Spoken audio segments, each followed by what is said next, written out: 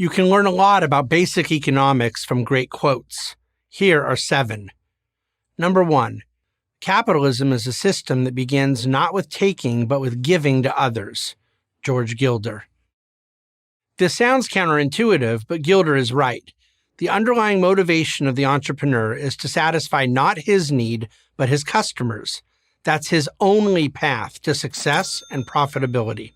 And once profitable, the entrepreneur invariably puts his new capital to work, expanding his business, which in turn creates better products, more jobs, and more wealth for more people. Number 2, nothing contributes so much to the prosperity and happiness of a country as high profits. David Ricardo. To judge profits achieved in a free economy without understanding what they mean to the nation at large is a failure to understand economics.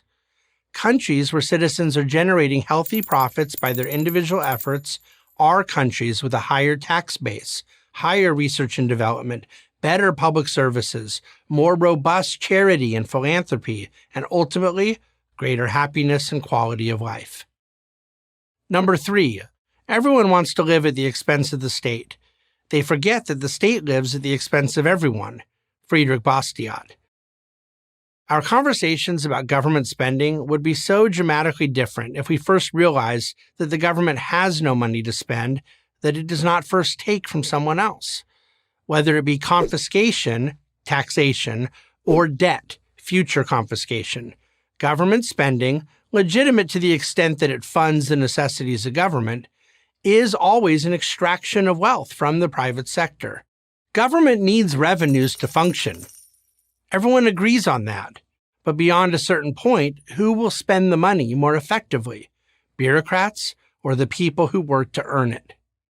Number 4, differences in habits and attitudes are differences in human capital just as much as differences in knowledge and skills. And such differences create differences in economic outcomes. Thomas Sowell. No attempt to manufacture an equal economic outcome can ever succeed. This quote explains why. Differences among people, such as their habits, abilities, attitudes, and goals, always lead to inequality. No matter how hard governments may try, they can't force people to be the same. This is called reality. Number 5. If history could teach us anything, it would be that private property is inextricably linked with civilization. Ludwig von Mises. Without property rights, freedom can't exist. If individuals don't have control over their property, then the state does. If the state owns your property, the state owns you. One of the notable achievements of the left has been to correlate private property with greed. This often puts defenders of private property on their heels. It shouldn't. Owning property gives people dignity, and people who own property will be far better stewards of that property than any disinterested third party. All lovers of freedom should be staunch defenders of private property. Without it, a productive and free society is impossible. Number 6. The free market is not a system. It is not something that Washington implements. It does not exist in any legislation, law, bill, regulation, or book.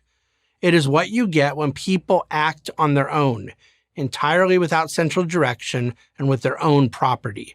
Jeffrey Tucker. Nobody invented capitalism. It's what free people do naturally, exchange goods and services for their own benefit. Before there are interventions, regulations, stipulations, and controls, there are humans acting, associating, cooperating, building, and creating. That economic freedom is what we call capitalism. When people are free to do what they want within the bounds of the law, of course, they do their best work. Simple and wonderful as that. Number 7, under capitalism, man oppresses man, but under socialism, it's the other way around. Russ Roberts. Human beings are flawed creatures. They will make bad choices no matter what kind of economy they're operating in. The left thinks we can avoid the dark side of human nature if we just get rid of capitalism. But all the left does is replace one flawed actor, the individual, with another flawed but more powerful actor, government bureaucracy at best and a totalitarian monster at worst. Bottom line, if you want to live a productive, fulfilling, and meaningful life, the free market is your best chance. Really, it's your only chance. I'm David Bahnsen, author of There's No Free Lunch, 250 Economic Truths for Prager University. Thank you for watching this video. To keep PragerU videos free, please consider making a tax-deductible donation.